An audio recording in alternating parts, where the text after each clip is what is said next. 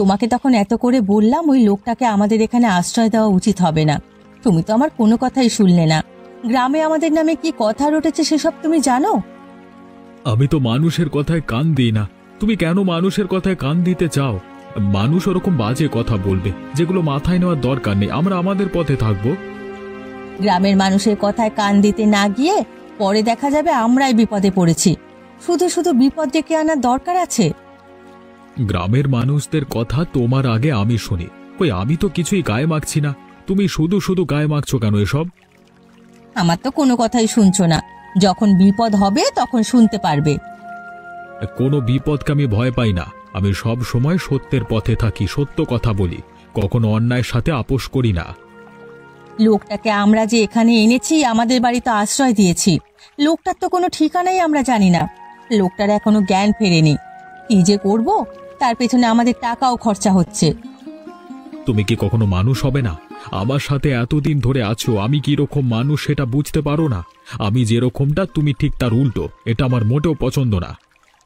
হয়েছে হয়েছে, তোমার সাথে ঝগড়া করে আমি পারবো না। তাড়াতাড়ি মাছগুলো তোলো। বুড়িমা আবার আজকেও আসবে মাছ নেওয়ার জন্য। বুড়ি একা মানুষ, এত মাছ নিয়ে কি করে সেটাই তো জানি না। বুড়িমা মাছ নিয়ে কি করে সেটা জেনে তোমার কোনো লাভ আছে? তোমাকে পয়সা দেয়, মাছ নিয়ে যায়, তুমি তাকে মাছ দেবে। তাড়াতাড়ি মাছগুলো ছাড়াও।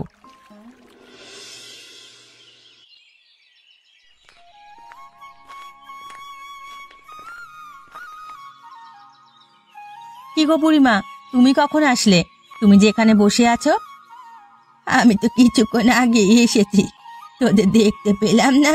বুঝেছি মাছ ছাড়াতেই হয়তো গিয়েছিস, সেজন্য এসে বসলাম। তোদের জন্যই অপেক্ষা করছি। অপেক্ষা করে ভালোই করেছো, না হলে আবার আমার কষ্ট করে তোমার বাড়ির উদ্দেশ্যে যেতে হতো। এখন তো তোরা আর আমার বাড়িতে আসিসই না, মাছ তো দিয়েই আসিস না। আমি এসেই তো মাছ নিয়ে যাই। বুঝতেই তো পারছো বুড়িমা, বাড়িতে একজন অসুস্থ ব্যক্তি, তার সেবা যত্ন করতে হয়। চাইলেই তো তোমার ওখানে যেতে পারি না। আমি আমি কোথায়? আমি এখনো বেঁচে আছি? কোথায় আছি আমি? লোকটার জ্ঞান ফিরেছে। আপনি কোনো চিন্তা করবেন না, আপনি ভালো জায়গায় আছেন। আপনি কে? কোত্থেকে এসেছেন? এই গ্রামে কি করছেন? কেমন করে আসলেন এখানে? এখন আমি কিছুই মনে করতে পারছি না। আমি এখন কি করব? কোথায় আমি? আমি লোকটা মাত্র সুস্থ হয়েছে। তোমরা যদি এখনই এত প্রশ্ন করো, লোকটা তো মাথায় খারাপ হয়ে যাবে। তাকে একটু বিশ্রাম নেবার সুযোগ দেওয়া উচিত। সুকান্ত একদম ঠিক কথাই বলেছে। লোকটা এখনো অসুস্থ। এখন যদি আমরা প্রশ্ন করে বিরক্ত করি, নিশ্চয়ই তিনি আরো অসুস্থ হয়ে পড়বেন।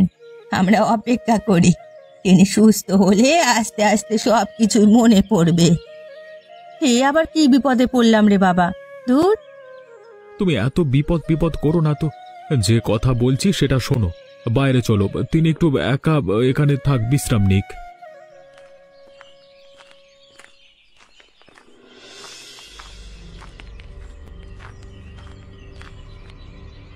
কি গো, তুমি এত হাঁপাচ্ছ কেন? কোত্থেকে আসলে? আমি তো বাজার থেকে আসলাম, একটা বিশাল বড় খবর শুনে আসলাম তোমাকে জানাবো বলে। সেই জন্যই তাড়াতাড়ি চলে আসলাম। কি এমন খবর যেটা আমাকে জানানোর জন্য তুমি এভাবে ছুটে আসলে? সুকান্ত দাদের বাড়িতে যে লোকটা অচেতন হয়ে পড়েছিল, সেই লোকটার নাকি জ্ঞান ফিরেছে। কই, আমি তো কিছুই জানতে পারলাম না। তুমি কিভাবে জানলে? কে বললো তোমাকে? নিশ্চয়ই মিথ্যে শুনেছো। যদি সত্যি সত্যি জ্ঞান ফিরতো, অবশ্যই আমি খোঁজ পেতাম। আমাকে মিথ্যেকে বলবে পাগল? আরে আমি তো সুকান্তদার কাছ থেকে শুনেছি। সুকান্তদার কাছ থেকে যেহেতু শুনেছো, অবশ্য সত্যিই শুনেছো। তাহলে তোমাকে যে বলেছিলাম গ্রামবাসী সবাইকে জড়ো করতে, সেসবে কি করলে তুমি? আমি তো গ্রামবাসী সবাইকে বলেছি, তারা কোনো উদ্যোগ গ্রহণ করছে না। এখন কি করব বলো তো? আমরা তো আর বসে থাকতে পারি না, কিছু একটা অবশ্যই করতে হবে।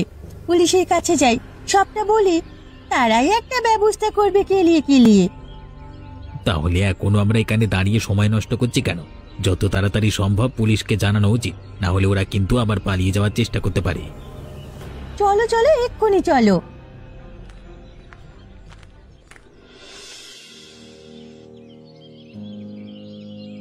আমাদের গ্রামে একটা বিশাল বড় ঘটনা ঘটে যাচ্ছে, সেটা জানানোর জন্য আপনার এখানে আসলাম।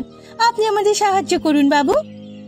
কি ঘটনা ঘটেছে সেটা যদি না জানি তাহলে সাহায্য করব কিভাবে? আরে আগে তো ঘটনাটা জানতে হবে নাকি?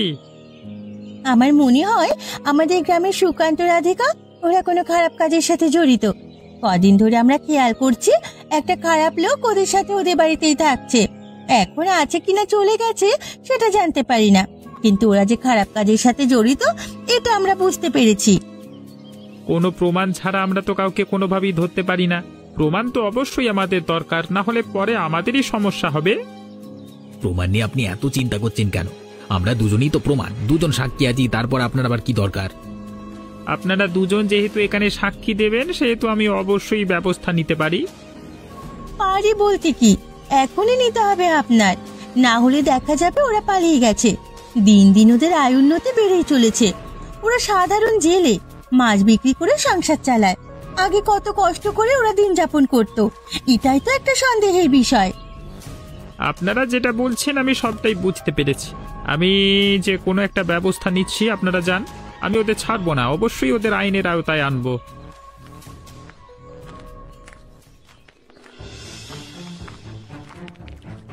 আরে দারোগা বাবু যে হঠাৎ করে আমাদের এখানে কি মনে করে?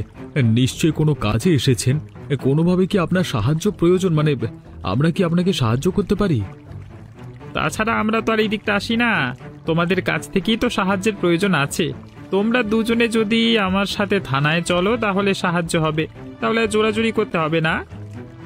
দারোগা বাবু, এটা আবার কেমন কথা বলছেন? নিশ্চয়ই আমাদের সাথে মজা করছেন, তাই না? হ্যাঁ, আপনি কি আমার বিয়ান লাগেন নাকি যে আপনার সাথে আমি মজা করব? আমি কারোর সাথে মজা করছি না। মজা করছেন না? তাহলে আপনি এটা কেমন কথা বলছেন? আমরা আপনার সাথে গেলে সাহায্য হবে মানে বুঝতে পারলাম না। আপনাদের নামে থানায় অভিযোগ আছে, আপনাদের দুজনকে আমার সাথে যেতে হবে। সোজাভাবে বলছি, চলুন, জোরাজুরি করবেন না। জোরাজুরি করলে আপনাদেরই সমস্যা হবে। হ্যাঁ, আমরা এমন কি করেছি?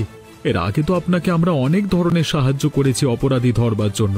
এবার আপনি আমাদের এভাবে ধরতে এসেছেন, বুঝতে পারলাম না। আইনের চোখে সবাই সমান। আপনাদের নামে থানায় অভিযোগ আছে, সেই জন্যই আপনাদের ধরতে এসেছি। আপনাদের থানায় যেতে হবে, কি অভিযোগ আছে সেটা থানায় গেলেই জানতে পারবেন, ঠিক আছে? আগে অভিযোগ কি সেটা বলুন, না হলে কোনোভাবেই আমরা আপনার সাথে যাব না বলে দিচ্ছি। এবার তো আর ভালো লাগছে না, মনে হচ্ছে জোর করে হাত করা পরিয়ে নিতে হবে। জোর করতে হবে না, হাত করাও পরাতে হবে না। চলুন, আমরা যাচ্ছি আপনার সাথে। এই তো ভালো মানুষের কথা। সুকান্তদা সবটাই বুঝতে পেরেছে। হ্যাঁ, চলুন চলুন চলুন।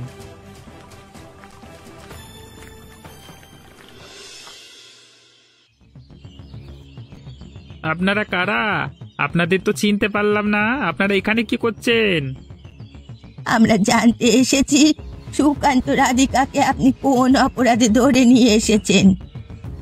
তাদের বিরুদ্ধে অভিযোগ আছে তারা নাকি একটা লোককে বাড়িতে আশ্রয় দিয়েছে, যিনি নাকি ডাকাত দলের সাথে জড়িত আছেন। সেই জন্য এই অভিযোগে আমরা তাদের ধরে নিয়ে এসেছি।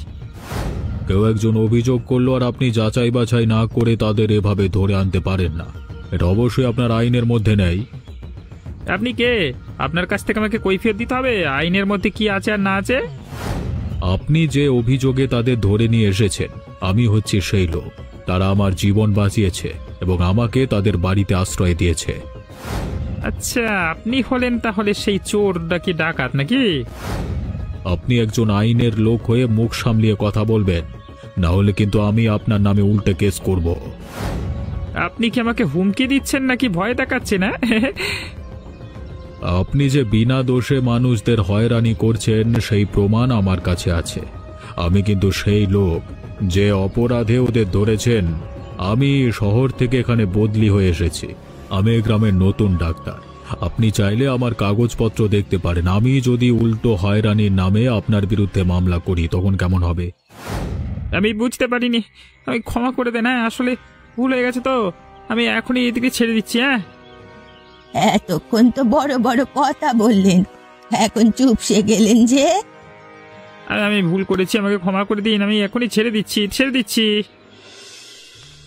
আপনি যে সুস্থ হয়েছেন, এখানে আমাদের ছাড়িয়ে নিতে এসেছেন, এজন্য আমার খুবই ভালো লাগছে। শেষ পর্যন্ত আপনাকে সুস্থ শরীরে দেখতে পারলাম।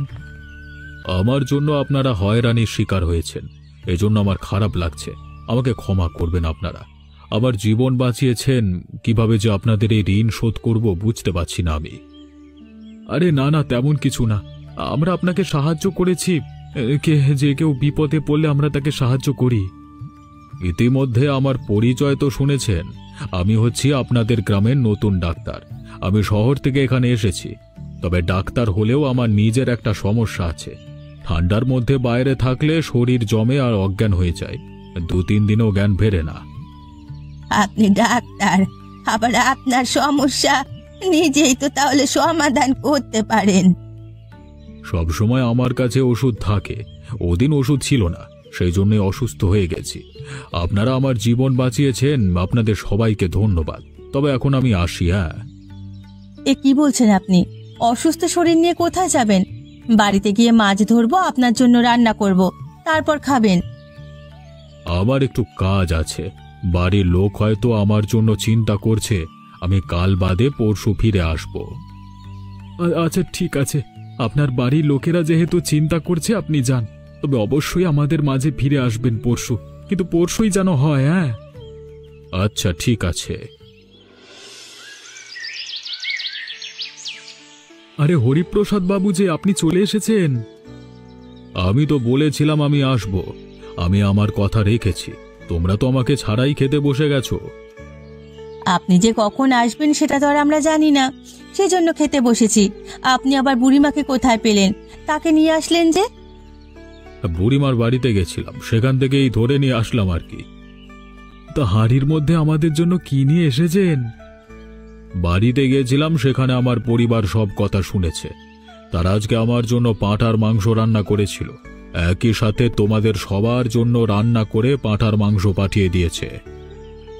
এত কথা আমি আপনার সাথে হেঁটে আসলাম, কই আপনি তো আমাকে পাঁঠার মাংসের কথা বললেন না। যাই হোক, শীতের দিনে পাঁঠার মাংস একদম জমে ক্ষীর হয়ে যাবে। তুমি বুড়ো হয়েছো, এখন একটু কম খাও, আমরা খাই। তুমি তো অনেক খেয়েছো বুড়িমা। এখন তো আমার খাওয়ার সময়, আমি বুড়ো হয়ে যাচ্ছি, মরে যাব, তারপর তো তোরা সারা জীবন খেতে পারবি। শীতের দিনে পাঁঠার মাংস ভালোই লাগবে, সবাইকে খাবার তুলে দাও।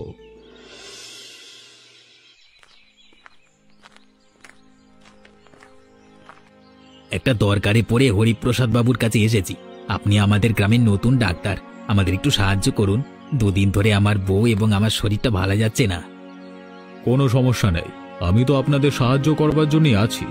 কি ধরনের সাহায্য করতে হবে বলুন? আমাদের কাছে তো তেমন একটা পয়সা নেই, আপনি যদি বিনা পয়সায় আমাদের চিকিৎসা করে দেন তাহলে আমরা সবচেয়ে সুবিধা ভোগ করতে পারবো। তোমাদের লজ্জা লাগছে না? 2 দিন আগে যার নামে তোমরা এত কুবাক্য বলেছিলে, আমাদের জেল খাটিয়েছিলে, এখন কিনা তার কাছে এসেছো সাহায্য চাইতে? আমরা হরিপ্রসাদ বাবুর কাছে এসেছি, তোমাদের তো তোমাদের কাছে তো আসিনি। তোমরা এত বড় বড় কথা বলছো কেন? চুপ করে থাকো। আচ্ছা আচ্ছা ঠিক আছে ঠিক আছে, তোমরা একটু চুপ করে থাকো, আমি ওদের একটু চিকিৎসা দিয়ে দিই। আপনি কিনা শেষ পর্যন্ত ওদের দলে চলে গেলেন। হরিপ্রসাদ বাবু ডাক্তার, তিনি তো অবশ্যই ভালো মানুষ, তোমাদের মতো নাকি? দেখে বুঝলাম তোমাদের জ্বর আছে, যেটা কিনা নিউমোনিয়া টাইফয়েড। তোমাদের ইঞ্জেকশন দিতে হবে। ইঞ্জেকশন দিলে তাহলে এই জ্বর ভালো হবে, না হলে কিন্তু ভালো হবে না। ইঞ্জেকশন নিতে তো আমার ভয় লাগে। ভয় পেও না, বিনা টাকায় চিকিৎসা পাচ্ছ, এটাই অনেক। এত বড় ইঞ্জেকশন কেন? এটা দিয়ে তো গরুকে ইঞ্জেকশন দেওয়া হয়। তোমরা কি গরুর চাইতে ভালো নাকি? তোমরা এতটাই অসামাজিক যে গরুর চাইতেও তোমাদের স্থান নিচে। এসো, তোমাদের এই গরুর ইঞ্জেকশন দেব। দাঁড়িয়েছে কেন? পালাও, ডাক্তার আমাদের মেরে ফেলবে, পালাও। এমনই মজার মজার গল্প দেখতে আমাদের চ্যানেলটিকে সাবস্ক্রাইব করতে ভুলবেন না।